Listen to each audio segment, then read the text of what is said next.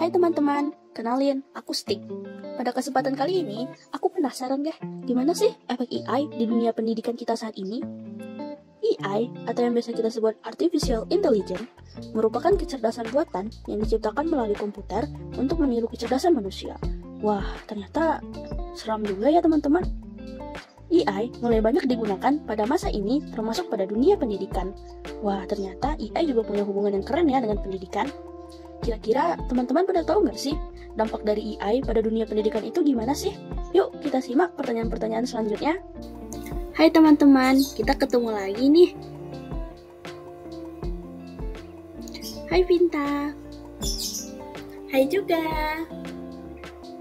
Nah teman-teman, yuk kita kepoin tentang hubungan AI dengan pendidikan kita pada masa ini. Vin, aku penasaran nih. Apa saja sih dampak positif dan negatif penggunaan AI terhadap pendidikan kita?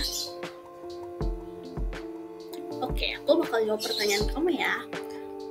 AI memiliki dampak positif dan negatif. Jadi pertama-tama aku bakal bahas dampak positif dari penggunaan AI terhadap pendidikan. Yang pertama, AI dapat membantu guru dan siswa meningkatkan efisiensi dan efektivitas pembelajaran. Misalnya nih, dengan memberikan rekomendasi, penilaian yang sesuai dengan kebutuhan masing-masing siswa. Yang kedua, AI dapat mengurangi beban administrasi dan tugas-tugas rutin yang dilakukan oleh guru, sehingga guru dapat berfokus dalam proses mengajar yang lebih kreatif, inovatif, dan interaktif.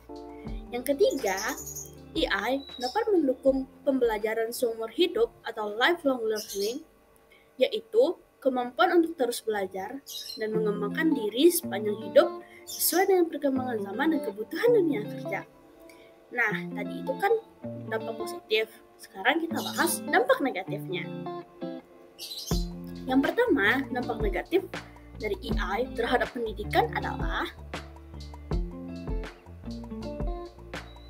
AI dapat menimbulkan ketergantungan baik guru maupun siswa terhadap teknologi sehingga mengurangi keterampilan kita.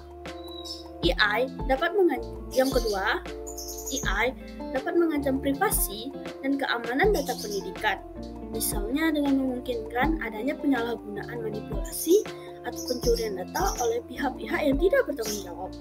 Yang ketiga, AI dapat menyebabkan ketimpangan dan diskriminasi dalam pendidikan.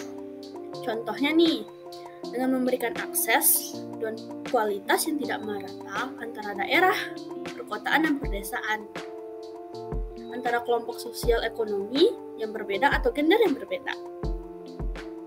Nah, begitu ya. Wah, ternyata begitu ya dampak positif dan negatif dari penggunaan AI terhadap pendidikan kita. Aku masih penasaran nih, kira-kira apa sih penyebab dan penyalahgunaan AI terhadap pendidikan? Kira-kira ada nggak ya? Tentunya ada ya penyebab dari penyalahgunaan AI terhadap pendidikan. Yang pertama, kurangnya kesadaran dan pemahaman tentang etika, norma, dan hukum. Yang kedua, kurangnya pengawasan dan regulasi dari pemerintah dan lembaga terkait. Yang ketiga, kurangnya partisipasi dan keterlibatan dari para pemangku kepentingan dalam pendidikan. Wah, ternyata AI juga memiliki dampak, penyebab, dan penyalahgunaan ya. Iya, kamu benar. Ingat teman-teman, kita harus hati-hati nih.